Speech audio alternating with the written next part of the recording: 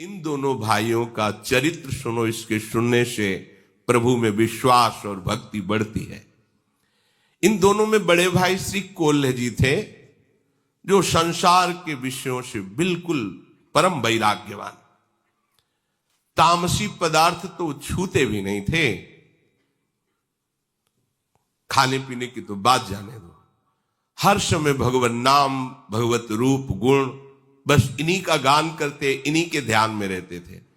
और इनके जो दूसरे भाई थे छोटे, अल्ह जी, वो सब कुछ खाते पीते थे, राजसी भोग भोगते थे और राजा के साथ, राजकुमार के साथ ही बैठते उठते और राजाओं के ही गुण गाते, रजोगुणी रूप की महिमा गाते। वो बड़ी सुंदर थी, वो बड़ा सुंदर था, ऐसा वैसा।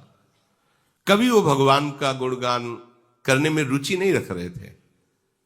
पर खास बात थी कि वो बड़े भाई का बहुत आदर करते थे। जो भक्त थे बड़े भाई, उनका वो आदर करते थे।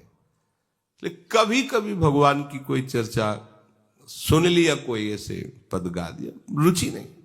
रुचि तो राजाओं के रूप गुण का गान करना, उनके भोग विलास में, वैसे ही सब खाते जो नहीं खाना चाहिए। पर खास बात क्या हुई, बोले बड़े के अधीन रहे, उनके सामने जाते ही नम्र रहते। ईश्वर और अपने बड़े भाई भक्त में कोई अंतर उनकी दृष्टि में नहीं था, इतना आदर करते थे। ये बहुत बड़ी बात हो गई। उनके सामने जितनी देर रहते बहुत दैन्य रहते, बिल्कुल मानो एकदम साधु। बाद में तो सब रजोगुणी। बड़ा भाई देख करके अंदर से बड़ा दुखी होता कि सामने तो बहुत दैन्यता करता है, पीछे ये सब मनमानी आचरण करता है, क्या करें? इसको ले चलें एक बार भगवान के सामने, इसको ले चलें, शायद इसकी बुद्धि बदले। चलो द्वारिकापुरी, द्वारिकाधीश के दर्शन करो, उनको साष्टांग प्रणाम करो, तुम्हारा मंगल होगा। क्योंकि श्री कृष्ण को एक बार साष्टांग प्रणाम करने वाले का जो सौभाग्य उदय होता है, वो बड़े बड़े यज्ञों के करने वाले का भी नहीं होता।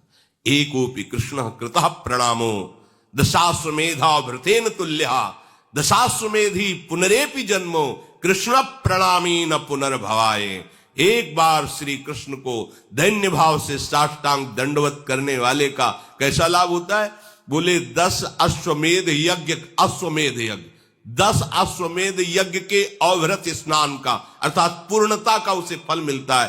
पर 10 अश्वमेध यज्ञ और श्री कृष्ण के प्रणाम करने वाले का अंतर यह रहेगा कि 10 अश्वमेध यज्ञ करने वाला स्वर्ग आदि लोकों को भोग कर मृत्यु लोक आएगा, और कृष्ण प्रणामी न पुनर्भवाए। चलो प्रभु श्री कृष्ण द्वारिकाधीश के चरणों में साष्टांग प्रणाम करो चल करके। अल्ह जी तो कोल्ह जी को ईश्वर की तरह मानते थे, जो आज्ञा उनके साथ चल दीजिए। द्वारिकापुरी पहुंचे, प्रभु के सामने, द्वारिकाधीश के सामने एक विलक्षण घटना घटी, जिसे कान लगाकर सुनिए। क्यों कह रहे कान लगाकर? क्योंकि इससे तुम्हारा विश्वास बढ़ जाएगा, इससे तुम्हारी भक्ति बढ़ेगी, तुम्हें समझ में आएगा कि हमारे प्रभु की भक्ति कितनी सामर्थ्यशाली है। कोल्ह जी ने भगवान को प्रसन्न करने के लिए पद, ऐसा करना भी चाहिए, जब अपने ठाकुर के दर्शन करने जाए तो कोई पद उनकी महिमा से भरा हुआ, अगर वहां वातावरण भी देखे, मानो जैसे श्री जी के सामने, राधा वल्लभ जी के सामने समाज हो रही, तो चुपचाप सुनो, बोलने की जरूरत नहीं। ऐसा अवसर है कि आप गा सकते हैं, तो कोई पद सुना सकते हैं। देखो माई सुंदरता की सीमा, जो आचार्य महापुरुषों ने गाए हैं। कोल्ह जी ने सुंदर पद प्रभु को सुनाया। अल्ह जी हाथ जोड़े चुपचाप खड़े हुए हैं। भगवान को जो बहुत प्रिय बात है वो ये है कि भक्त चरण धरि भाव तरत भवसिंधु अगाध। अगर भक्तों के चरणों में भाव आ जाए तो तरने में देर नहीं लगती है। और भक्त के चरणों में भाव रखने वाला दैन्य होता है। ये दो विशेष लक्षण अल्लाह जी में है, जो यद्यप कुमार्गामी आचरण कर रहे हैं, पर ये दो बात है। भक्त भाई को भगवान के समान मानते हैं और अपने को बहुत नीच मानते हैं। मैं बहुत नीच हूं, इसलिए दैन्य है।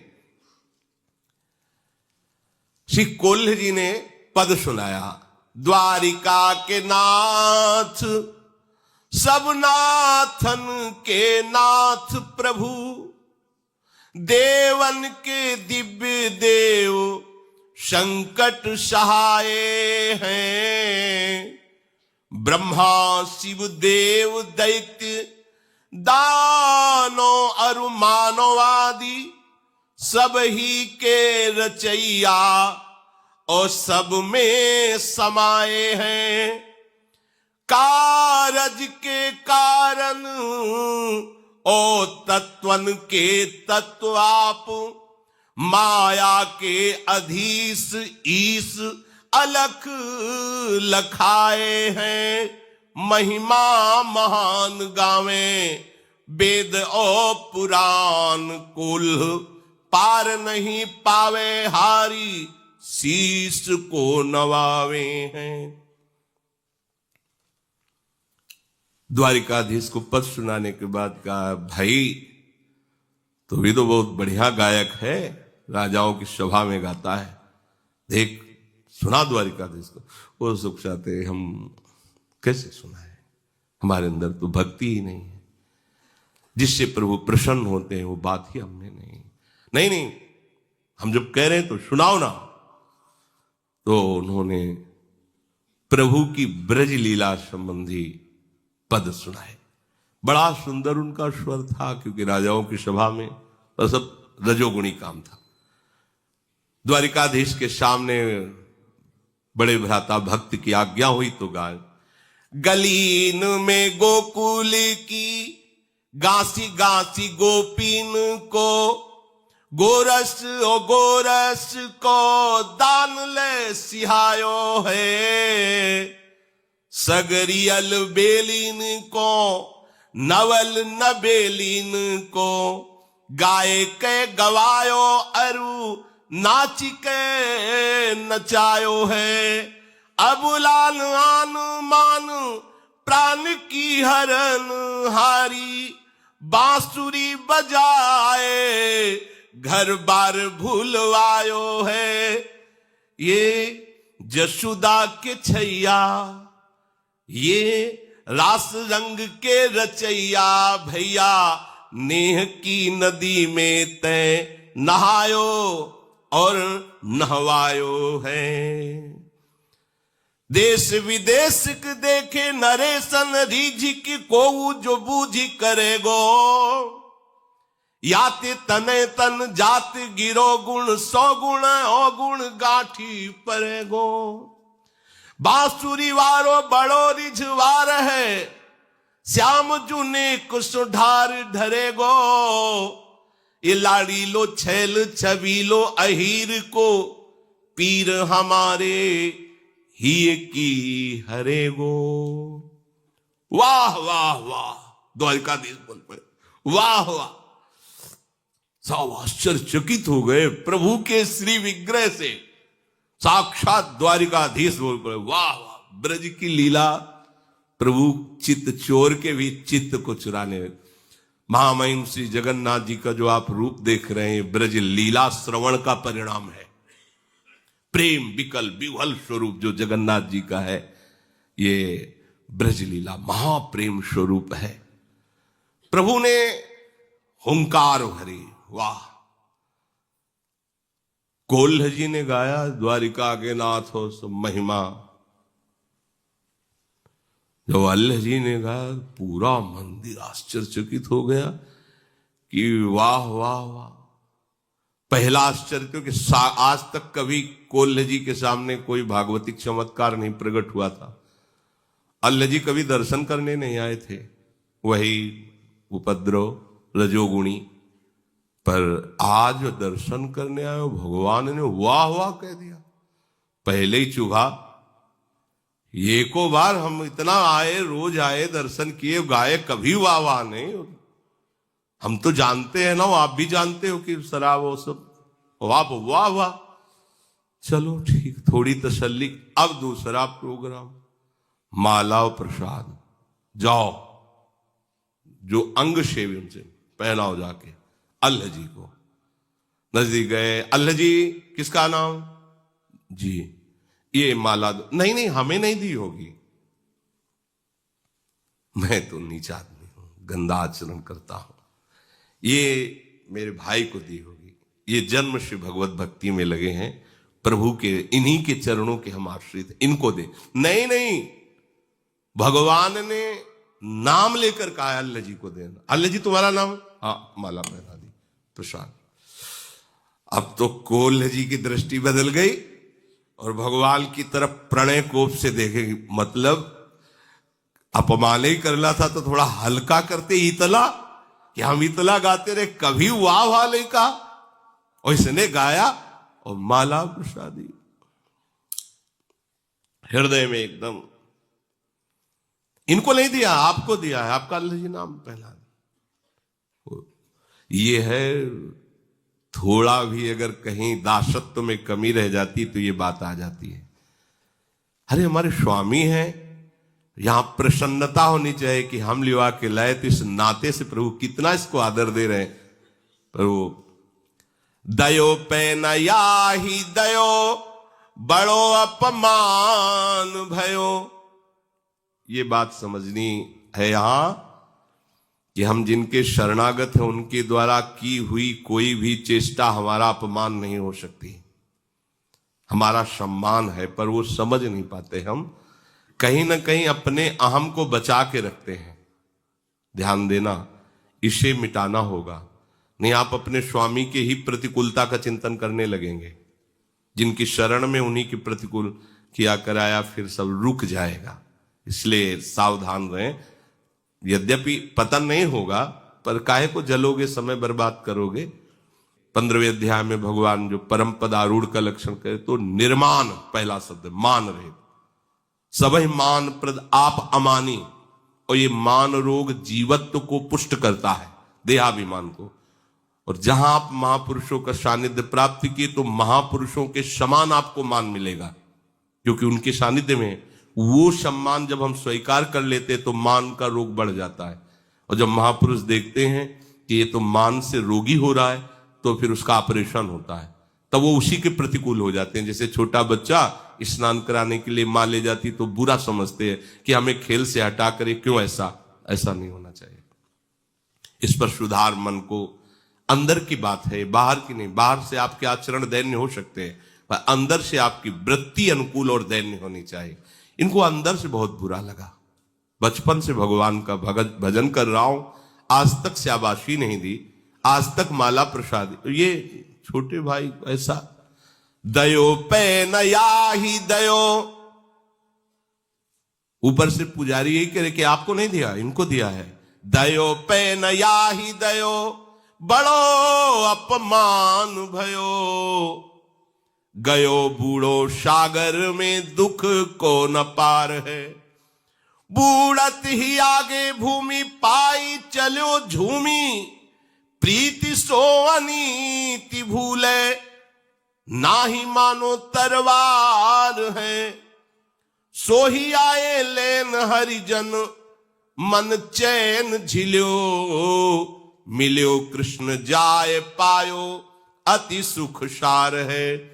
बैठे जब भोजन को, तो दई उभय पातरिले। दूसरी जो कैसे कही, वही भार प्यार है। अल्लाह जी के कहने पर पुजारी ने कोल्ह जी को साफ कह दिया, ये माला तुम्हें नहीं, ये अल्लाह जी के लिए है। कोल्ह जी को लगा बहुत बड़ा अपमान भगवान ने कर दिया। बस ये बात समझो, भगवान मंगल भवन है, भगवान से सम्मान चाहते हो, उनकी हर चेष्टा मंगल स्वरूप है। ये रहता है, पक्का रहता है। और ये बहुत बुरा रोग है, बड़े बड़ों के अंदर रहता है। भाई रात दिन हम सेवा में रहते, थोड़ा तो सभा में बोलो कि हम तुम्हारे जिलाए जी रहे, तुम्हारे पोसे वो चाहता है। भाई ये है ना, पूरा हमारा जितना कुछ इन्हीं से चल रहा है।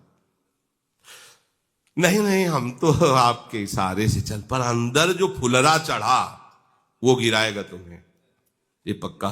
अब अगर उसे ये माना जाए कि हमारा अपमान हो गया, तब तो भाई बहुत ही मतलब मंदबुद्धि। गुरु के द्वारा की हुई चेष्टा अपमान होती है क्या? और जब हम ऐसी वृत्ति रखते हैं कि इन्होंने हमारा अपमान कर दिया, तो फिर शरणागति पर संशय खड़ा हो जाता है कि आपने क्या समर्पित किया था शरणागति में, तन मन वचन और स्वयं। तो अपमान किसका हो रहा है? उनका समर्पित तन, उनका समर्पित मन, उनका प्राण, उनका सब कुछ। तो वो अगर आपको ऐसा ही लग रहा, तो अपने आप का अपने आप से अपमान करने तुम्हें परेशानी क्या है? अगर आपको ऐसा भास भी हो रहा कि हमारा अपमान हो रहा है, तो तुम्हारा है क्या, तुम बचे क्या? कम से कम इतना ही सोच लो। तो उनको लगा कि भगवान ने बहुत बड़ा हमारा अपमान पूरी इस द्वारिका के मंदिर में सभा में कर दिया। अब तो जीना जिसके लिए हम भक्ति करते थे उसी ने अपमान। कैसी देखो लीला कैसी विचित्र होती है। कोल्ह जी ने अपना अपमान समझ करके आत्महत्या करना उचित समझा। इतना जलन हो गई, अब ठीक नहीं है, तो समुद्र में जाके कूद गए। अब समुद्र में डूबते चले गए। जब नीचे गए तो दिव्य भूमि, जल का प्रभाव खत्म, सुंदर ऑक्सीजन, सुंदर वायु, से द्वारिकापुरी में पहुंच गए। ऐसे भक्त डूबना भी चाहे तो भगवान डूबने देंगे क्या? द्वारिकापुरी पहुंच, दिव्य द्वारिका का दर्शन, परमानंद की अनुभूति हुई। पर अंदर ही अंदर जल रहे हैं कि है तो वही द्वारिकाधीश जो माला उसको दी थी, हमें नहीं दी। अंदर जलन है, भूल नहीं पा रहे थे। जैसे तलवार का घाव हो तो कर सकता रहता, तो प्रभु के प्रति थोड़ा गुस्सा कि छोटी ही माला हमें भिजवा देते हैं। ये माला वाली बड़ी चक्कर है। जैसे समाज में जाए ना, जिस अपने समाजें होती तो निमंत्रण में, जैसे समाज में गए, 50 लोग बैठे हैं, तो उसमें क्या होता है, लिफाफा, माला और चद्दर। जरूरत नहीं ना लिफाफा की, ना चद्दर की, ना माला की, बगल में सबको पहना दिया गया। मान, ये तभी परिचय में आता है मान। देखो, मान चाहने के लिए हम अपने को बहुत नीचा दिखा सकते हैं। मैं दुष्ट हूं, अधम हूं, नीच हूं, पामर हूं, और जूता के पास बैठ जाएंगे जाके, बात समझना। लेकिन उसमें भी मान की चाहत होती है। बात तब होगी जब जबरदस्ती तुम्हें कोई वहां बैठे हैं, और फिर आप अपने को अधिकारी मानकर कि हाँ यही मेरा अधिकार है, तो समझ में। अपने को कह रहे हैं हम नीच हो, जब दूसरा कहेगा नीच है, पाखंडी, तब कैसा लगा? हाँ, तो ये बड़ा सूक्ष्म विषय है। अब वो घाव की तरह उनको अंदर आनंद तो आ रहा है दिव्य द्वारिकापुरी के दर्शन में। आगे भगवान के पार्षदों ने, आइए प्रभु आपको बुला, और आनंद हो। भगवान के पार्षदों ने अगवानी की और आनंद मिला, बड़ा सुख मिल रहा है, बड़ी शांति, बड़ी दिव्यता का अनुभव हो रहा है। भूल गए जो अपने भाई के सम्मान की ईर्ष्या जगी थी, शांत सी होगी। अखिल लोक चूड़ामणि भगवान द्वारिकाधीश के साक्षात दर्शन कर रहे हैं, परमानंद की बाढ़ आ गई। कोल्हे जी से कहा हो, पार्षदों से, सबसे पहले हमारा इन्हें उच्छिष्ट पवाओ, बैठो। बैठा ले गए, 2 पत्तल लगाओ। तो उन्होंने सोचा कोई और भागवत आया होगा पास, 2 पत्तल। तब तक तो उनको कुछ नहीं, फिर पूछा कि जब उनका परोस गया प्रसाद, तो दूसरा पत्तल भी परोस गया। तो प्रभु इसमें कौन? बोले अल्लाह जी के लिए। मैं फिर और मतलब यहां भी अभी हमने पाया ले, उसके लिए पत्तल लगवा दिया। वो फिर अंदर जो है पूरी जलन तुम्हारे छोटे भाई अल्लाह जी के लिए है, और वो तुमको भी तो बहुत प्यारा है। अब अंदर ऐसे मसोस के रह गए कि मतलब बात क्या है, इतना प्रभु इतना उसको प्यार करते। यहां भी आज सबे विश्व भयो दुख गयो, सोई हुयो नयो, दयो पर बोधवा की बात सुन लीजिए। एकदम चेहरा बदल गया प्रभु की तरफ, फिर वही प्रणय कोप से देख, प्रभु नाराज मत हो, तुम जानते नहीं हो, तुम अभी के भगत हो, वो हमें कितना प्यार करने वाला भक्त है, तुम अभी सुनो, हम तुम्हें बता रहे हैं वो कौन है जो तुम्हारा भाई बना है आके। आज जिसे तुम रजोगुण में देख रहे हो, एक वासना का आदर करने से उसका मार्ग रुक गया। वो जितना तुम भजन अभी तक किए हो ना, बहुत छोटा है उसके भजन के आगे जितना उसने भजन किया है। तेरो छोटो भाई मेरो भक्त सुखदाई, ताकि कथा ले जताई, जामे आप ही सो दीजिए। प्रथम जन्म मांझ बड़ो राजपुत्र भयो, गयो गृह त्याग सदा मोसुमति भीजिए। आयो बन को भूप संग राग रंग रूप, देख चाह भई देह दई भोग कीजिए। कोल्ह जी से कहा कि तुम अपने भाई की बात जान जाओगे तो कभी ऐसे ईर्ष्या उससे नहीं